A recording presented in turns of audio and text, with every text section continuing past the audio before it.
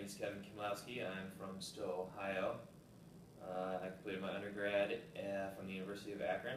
I did my master's in Defiance College, and I am working with the men's basketball team at Kansas City University.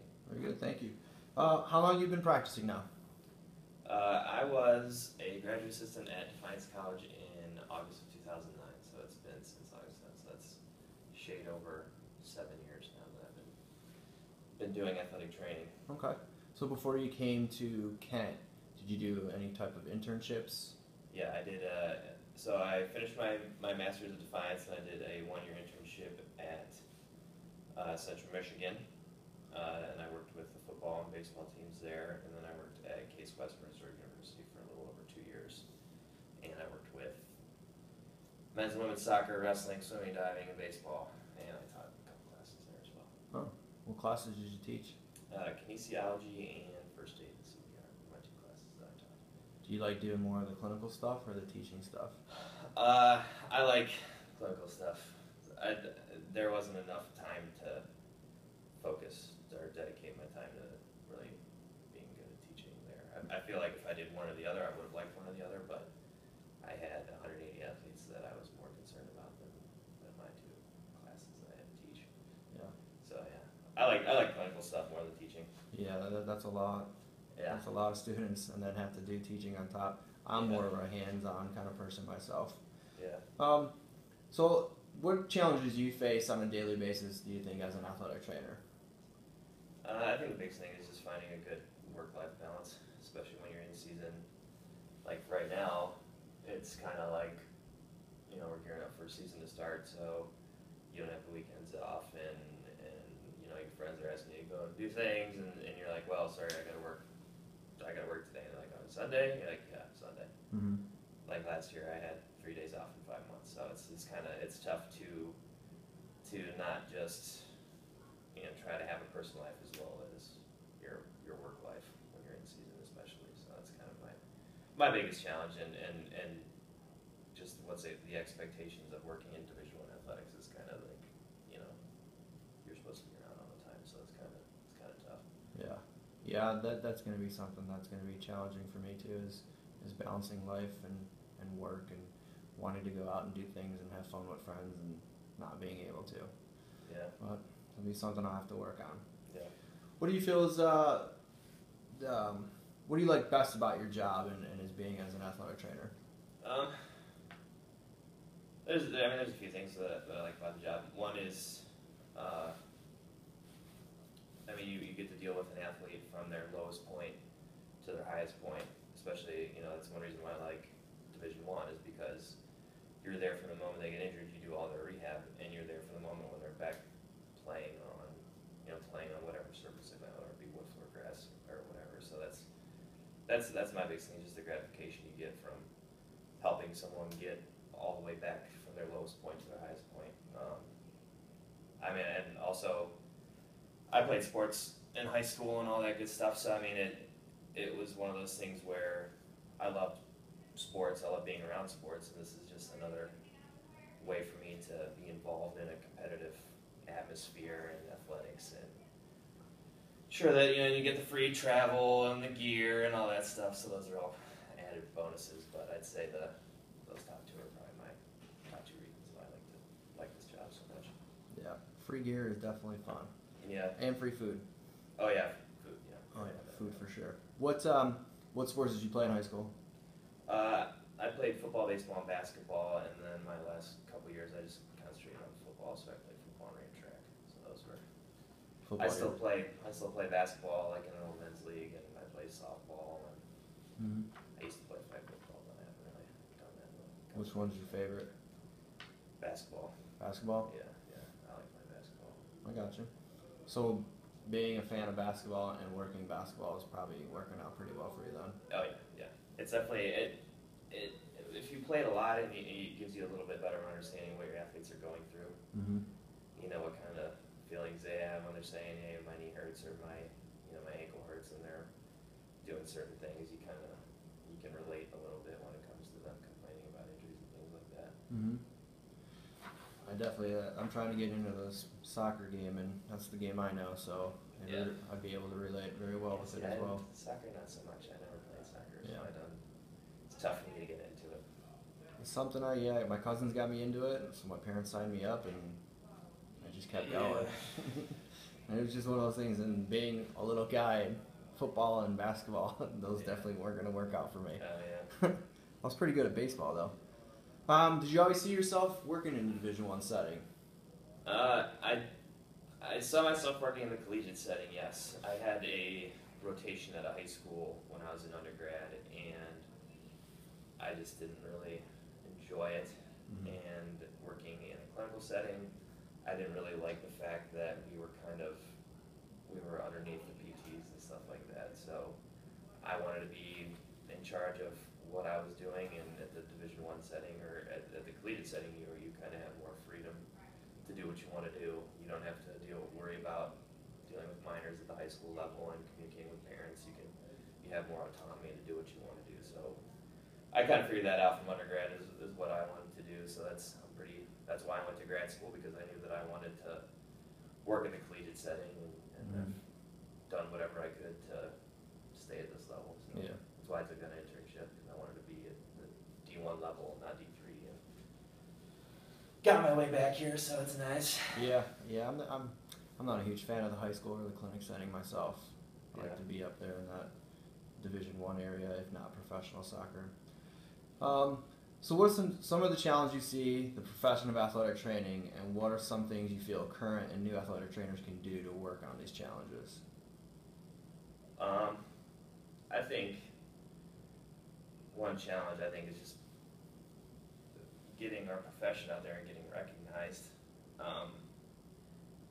And be like, I'll say tell someone like, hey, I'm an athletic trainer, and they're like, oh, what sports do you train? They have no idea what that entails. They'll think personal trainers. Yeah, they think you're a personal trainer. They don't really fully understand that you're part EMT, part physical therapist, part psychologist, part parent for these kids. You know what I mean? Like, they don't fully understand. I think that now it's getting better, but still, if you're talking to someone who wasn't an athlete, they have no idea what an athletic trainer is. And I think now that there's more athletic trainers in working with doctors, being physician extenders, I think that'll help. I just think that the biggest thing is that we can do is just advocate for our profession and educate people what we do without being insulting or getting angry and stuff like that, and just doing a good job with your athletes, so that if someone is, saying something bad about an athletic trainer or whatever, that athlete that you worked with can be like, hey, you know what, I had an athletic trainer and he was great and he took care of me. I also don't I feel like we need to get away from being like water boys and stuff like that, because I feel like that is a negative view of us, because it's like, oh, well, where's the water? We do that because we understand what hydration is and how important that is. So it's just like a something that we extend as a courtesy, and I feel like it's become expected that we are the water boys, and that is another thing that I would like for us to, as a profession, to get away from, being those people that hand them the water bottles and all that kind of stuff, because we're getting recognized as that. Yeah. It's like, oh, there's the water boy on the TV. No, that's an athletic trainer. So. And you're highly educated. We're just not water boys. Right. I have 2 degrees. Yeah. So it's just like, oh, I'm handing this guy a water bottle who's 10 years younger than me, if not younger, and I'm being his water boy. So Yeah.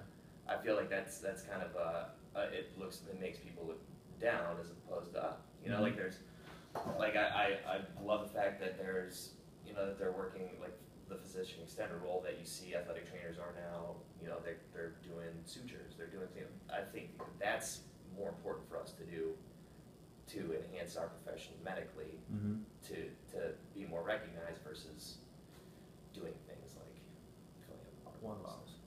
And we discussed that in this class, actually, about the next role that athletic trainers are going to kind of take with the suturing and possibly administering meds and administering IVs and things of that nature. So we'll see where that goes. Yeah. So what would you like to see our profession in the near future, and what do you think in about 10 years? I think it'll be interesting to see what the Masters Only program will do Mm-hmm. to our profession. Because me personally, I understand that to keep pace with physical therapists and occupational therapists that we need to do something like that. But I mean, you're taking away 4 years of an undergraduate, an athletic training specific undergraduate education, and trying to replace that with 2. And I don't think that's gonna. You take away from the hands-on experience that we get. You take away from that, and not only that, I went to 2 years of grad school Mm-hmm. where I basically became the professional that I am. So you're trying to squeeze all that. So I 6 years of what I did into 2 years. I don't see how that's going to make us any better. I understand why they're doing it, but I don't think that that's going to make us better athletic trainers, to be honest with you. So it'll be interesting to see in the next 10 years when that's fully integrated and there's no more undergraduate athletic trainers, what that's gonna do to our profession. I kind of touched on it a little bit earlier. I mean, I like the physician extender role for athletic trainers. Yeah. I think that's great that we're getting recognized by other health professionals that, hey, these guys know what they're doing, and we actually like to use them in this setting. Someone was saying that, I was talking to someone about it, and they're like, well, athletic trainers have a better anatomical knowledge than some physician assistants, so that's why they're using athletic trainers. Mm-hmm. I think that's great that the education that we get is actually starting to show itself. So I mean, I feel like the collegiate setting is kind of always going to be the same. I think the Fair Labor Standards Act is going to help increasing our salaries if that actually does end up going through. But yeah, I think that answers the question. Yeah, most definitely. I mean, like you said, we kind of touched base on it in the previous question, with kind of increasing our roles in one way, but decreasing our roles in another way with the water boys and things of that nature. Yeah. And I completely agree with you. I like that. Yeah. So lastly, you have any advice for soon-to-be athletic trainers? We're almost done here as the seniors. Anything to throw at them? I would just say, if you're really serious about being an athletic trainer, just don't be complacent with where you're at. Don't always try to better yourself as an athletic trainer. Be an advocate for our profession. Just anytime if you see someone who is uneducated about what we are, let them know what we do. The more the people know, the better off we'll be. I mean, I know we do continuing education and stuff like that, but if you see someone doing something different that you don't know about, ask them, hey, what are you doing? Mm-hmm. I've been doing this. Hey, we're doing an interview. All right. What was I saying? Just advocate. Oh, yes. Pretty much, yeah, I lost track of what I was. That's all right. Just educating the... Yeah, educating the masses. Yeah. Educating the masses, and don't be complacent, and always get better. Cool. Very much. Appreciate your time. No problem.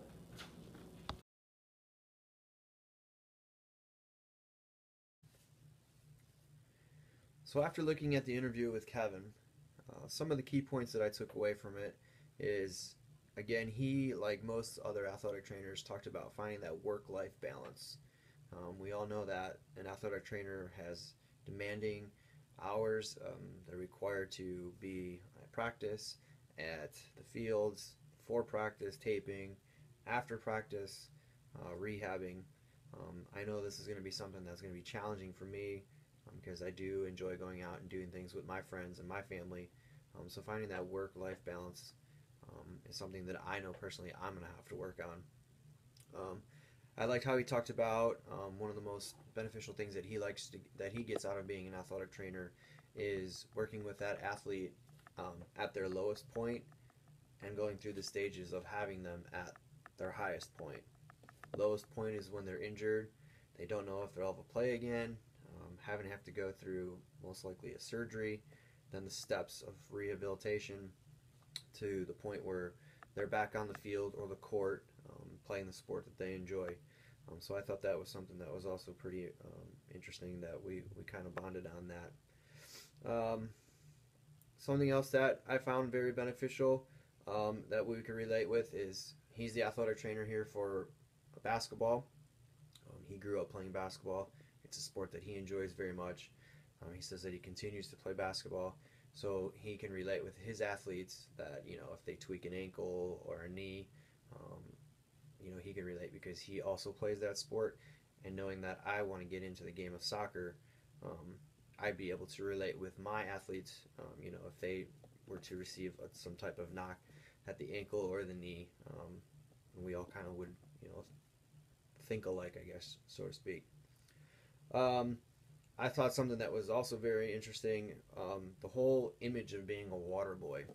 I never really thought of my job as being a water boy.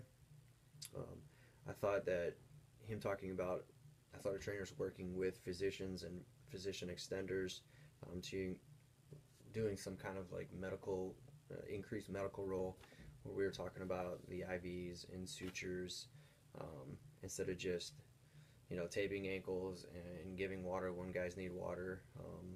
We are, physical therapists. We're EMTs. Um, we do work hand in hand with the doctors. We do have a high education. We're not water boys. We're not personal trainers. So I thought that was cool. That that's something that we need to kind of get away from, and then to increase our image, we need to do more things on the medical side. Uh, I think he was a little confused with the master's program. It seemed as if he was kind of going as he's got 6 years of education, and this master's program is just going to be 2 years, where we know that the new master's program coming in is like that 4+, so a total of 5 years. I also thought I liked how he mentioned that those 2 years of his grad school is where he really found himself and found out what type of profession he was, and how he was going to kind of go along and go about his business when working as an athletic trainer. Um, the other thing was being an advocate. We've talked about this kind of ad nauseum in class, and just over the years as in our undergrad, educating the students underneath us, doing our continuing education, getting out, letting people know who we are, what we do, just really trying to get out from underneath that personal trainer, water boy mentality, so to speak, is something that he was very passionate about, and it seems that's kind of the way we need to go to really get accepted into the healthcare professionals. Just people knowing what we do, how we do things. I thought was pretty cool. So yeah, I thought it was a pretty good interview. I was very thankful that Kevin was able to take time out today from practice. I kind of got a little interrupted there at the end when someone walked in, but it worked out well.